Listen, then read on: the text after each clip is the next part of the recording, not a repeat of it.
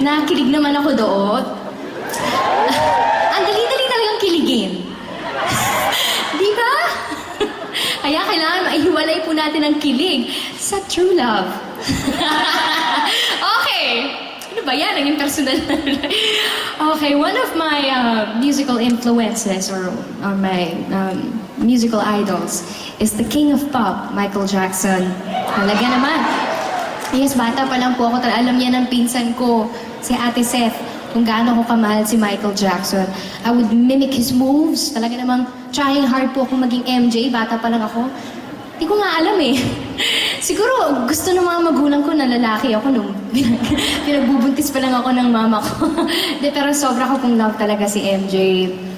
At nakikita ko talaga doon sa Betamax, no? Pag nakikinood ako sa kapitbahay namin, sila kasi may Betamax. Nabuti mabait naman po yung kapitbahay namin. Pinapanood naman ako ng mga music videos ni MJ.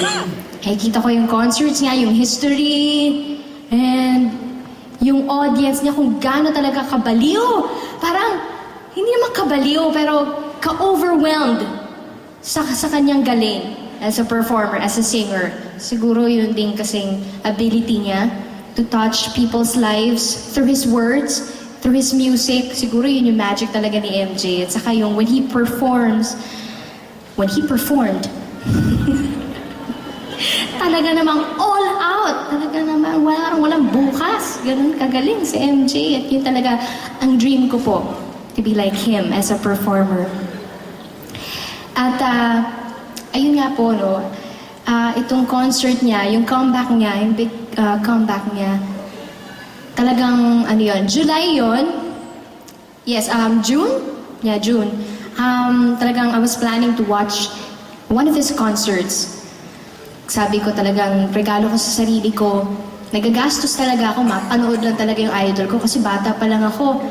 Pinangakuha ko na ako ng tatay ko. Nung nag-concert po siya sa Manila. De, manonood tayo ah. Ooh! Naging ganun eh. Hindi natuloy.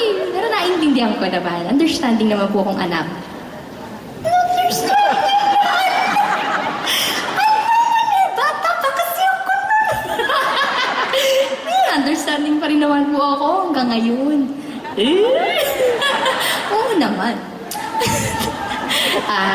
In love po talaga ako sa career ko.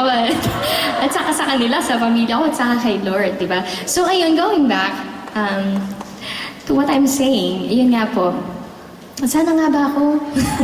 So, ayun po, unfortunately, I was really saddened by his sudden death, ang pagkamatay po ni MJ. At, ayun po, yung kanyang death po was before my concert at the Araneta Coliseum. Ito pong record breaker. So, I requested na yung his songs ay ma-include po sa repertoire ko. So, as a tribute to my idol, Michael Jackson. Yes, the King of Pop has passed away, but his music and his magic will forever live on in our hearts. Talaga naman.